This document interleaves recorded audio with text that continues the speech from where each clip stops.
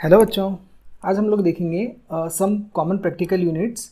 जैसे इससे पहले वाले लेक्चर में हम लोग देख चुके हैं कि यूनिट्स क्या होती है और यूनिट्स के टाइप क्या होते हैं। और जैसे कि हम लोगों ने एसआई यूनिट भी देखी थी, जिसके अंदर हम लोगों ने ये देखा था कि डिफरेंट जो अपने पास में फिज़िकल क्वांटिटीज़ होती है, उन फिज़िकल क्वांटिटीज़ की क्या क्या यूनिट्स होती है और हम लोग इंटरनेशनल लेवल पे कौन सी यूनिट्स यूज़ करते हैं।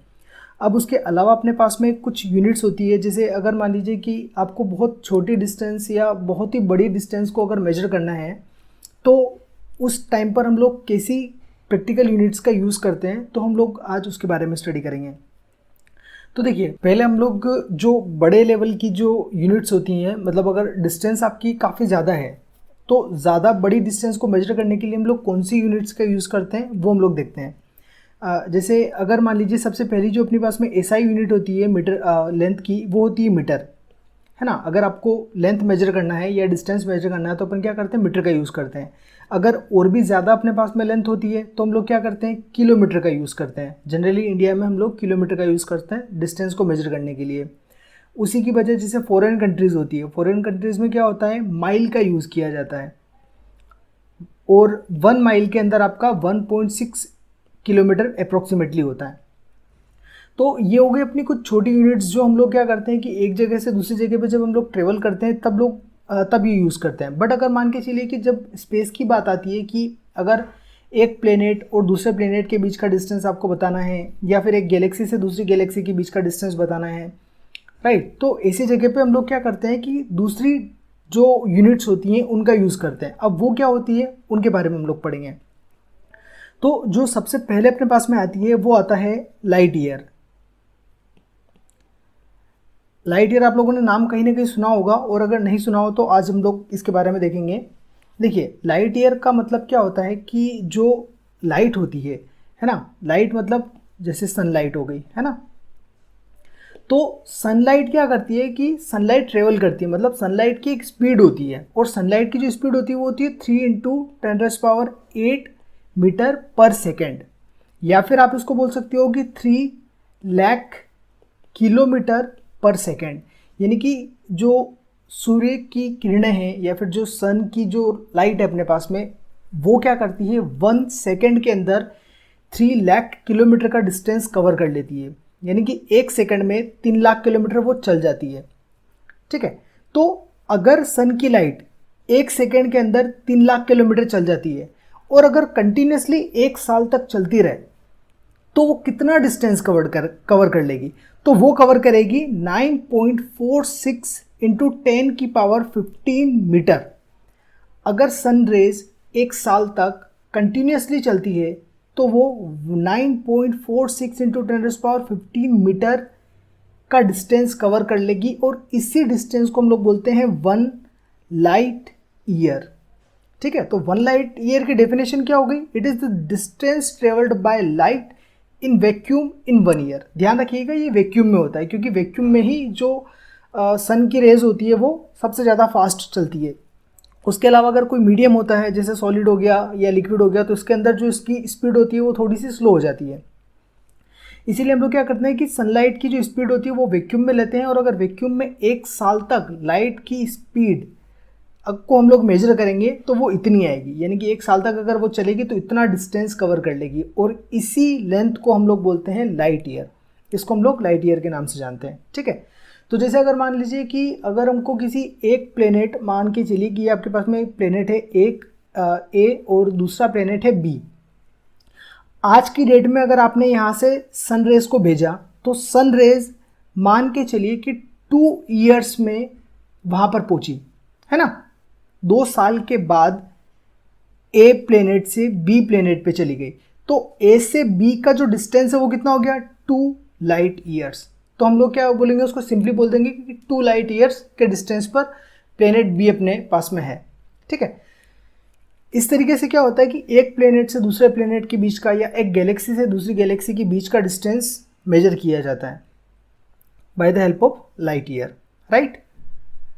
अब उसके बाद में सेकंड यूनिट अपने पास में आती है एस्ट्रोनॉमिकल यूनिट।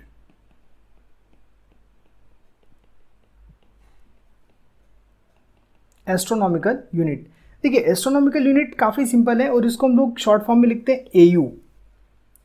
ये क्या होती है कि जो आपका सन है, मतलब अपने जो सोलार सिस्टम का जो सन है ना, और अपनी जो अर्थ है, सन और अर्थ के बीच का जो डिस्टेंस है, वो डिस्टेंस को हम लोग बोलते हैं एस्ट्रोनॉमिकल यूनिट। सन के और हमारी अर्थ के बीच का जो डिस्टेंस होता है, उसी डिस्टेंस को हम लोग बोलते हैं एस्ट्रोनॉमिकल यूनिट।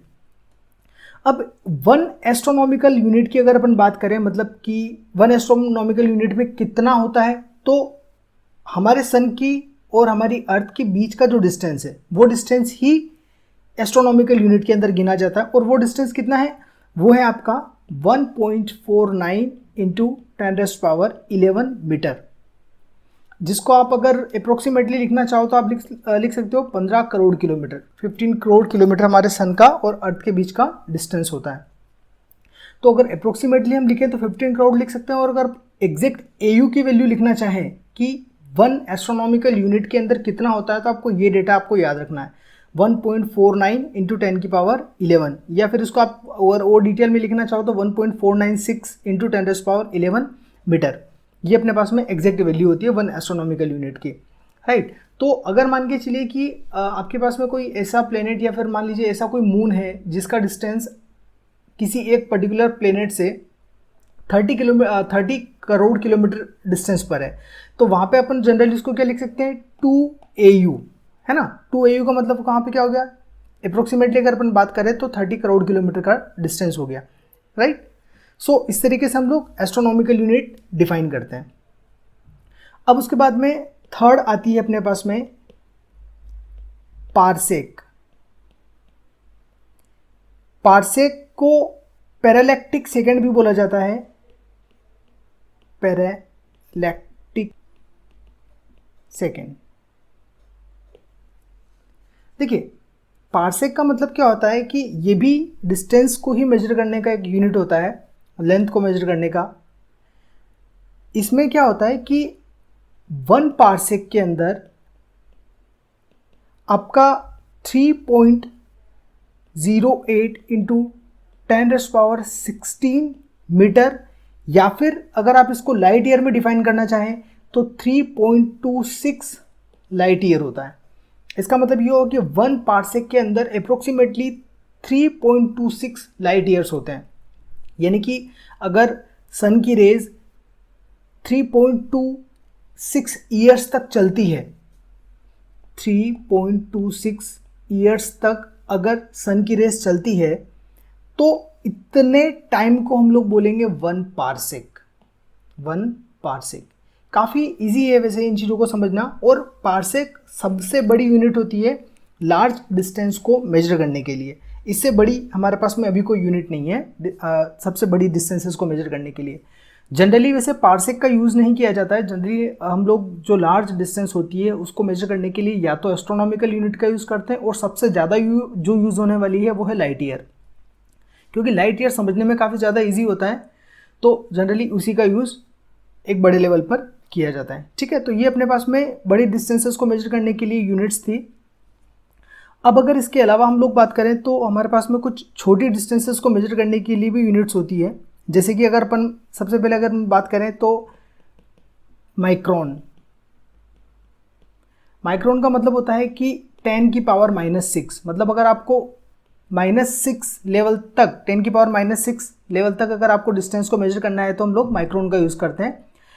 जैसे 1 माइक्रोमीटर की अगर अपन बात करें तो इसमें होता है 10⁻⁻6 मीटर।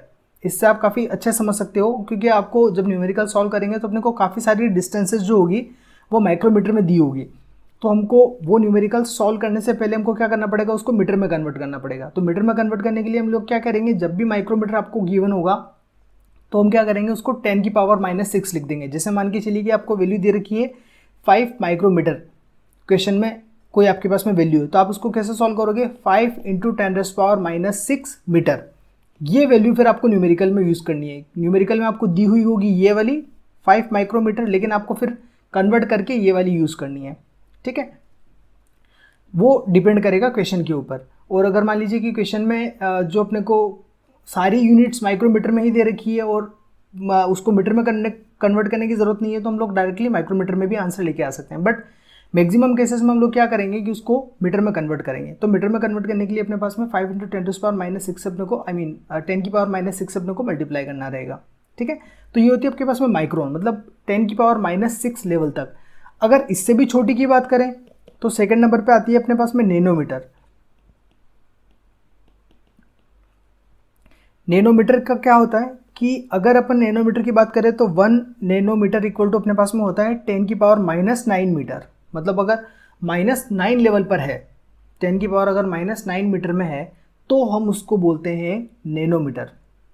कुछ क्वेश्चंस में आपको नैनोमीटर के फॉर्म में भी गिवन रहेगा, लेकिन मैक्सिमम आपको माइक्रोमीटर में गिवन रहेगा। बट अगर कहीं नैनोमीटर का आता है तो हम लोग इसमें इसको कन्वर्ट कर सकते हैं। अब उसके बाद में अपने पास में थर्ड में आता है एंगस्ट्रॉम। एंगस्ट्रॉम जनरली आपने सुना होगा, ए के ऊपर हम लोग एक डॉट लगा देते हैं, ऊपर एक, उसको अपन बोलते हैं एंगस्ट्रॉम। और 1 एंगस्ट्रॉम में अपना होता है 1 एंगस्ट्रॉम इक्वल टू होता है 10⁻⁻10 मीटर। ये काफ़ी ज़्यादा यूज़ होता है, जैसे कि इलेक्ट्रॉन्स हो गया, प्रोटॉन्स हो गया, न्यूक्लियस हो गया, इनकी रेडियस हो गई, ये इनके साइज हो गए, इनको बताने के लिए एंगस्ट्रॉम का यूज़ किया जाता है। और ये काफ़ी ज़्यादा यूज़ होता है एटॉमिक लेवल पर, ठीक है। तो 1 एंगस्ट्रॉम का जब भी आपको दिया हुआ रहेगा तो आपको उसमें कितना लिखना है 10⁻⁻10। जैसे कि अगर मान लीजिए अपने को दिया हुआ है कि 7 एंगस्ट्रॉम दिया हुआ है, तो 7 एंगस्ट्रॉम को हम कैसे लिख सकते हैं, 7 × 10⁻10 मीटर। इस तरीके से हम लोग इसको कन्वर्ट कर सकते हैं। उसके बाद में अपने पास में आता है 4th नंबर पे फर्मी। फर्मी में होता है कि अगर अपन 1 फर्मी की बात करें, 1 FM इक्वल टू 10 की पावर होता है -15 मीटर। अगर आपको कोई भी डेटा फर्मी के अंदर दिया हुआ है, ये भी वैसे एटॉमिक लेवल पर या फिर न्यूक्लियर की जो साइजेस होती हैं उसको डिफाइन करने के लिए फर्मी का यूज़ किया जाता है। इसको जनरली फेम्टोमीटर भी बोलते हैं, फेम्टोमीटर भी इसको बोला जाता है, फेम्टोमीटर, ठीक है। जैसे मान लो आपको दिया है कि 1 फेम्टोमीटर, एक कोई भी न्यूक्लियर है उसकी साइज़ आपको दी हुई है कि 7 फेम्टोमीटर, मान लीजिए 7 फेम्टोमीटर अपने को दे रखा है, तो 7 फेम्टोमीटर की जगह क्या करेंगे, 7 × 10⁻⁻15 मीटर, ठीक है। तो इस तरीके से हम लोग इन यूनिट्स को कन्वर्ट करेंगे। तो ये कुछ छोटी यूनिट्स थी और बड़ी यूनिट्स थी कि हम लोग एसआई यूनिट के अलावा प्रैक्टिकल बेसिस पर इन यूनिट्स का यूज़ करते हैं जब छोटे लेवल की और बड़े लेवल की बात आती है। इसके अलावा भी और बहुत सारी होती है जो जैसे जैसे न्यूमेरिकल्स में आती जाएगी वो हम लोग देखते जाएंगे, ओके। ऑलराइट, आगे के जो टॉपिक्स हैं वो हम लोग नेक्स्ट वीडियोज़ में देखेंगे। Thanks for watching.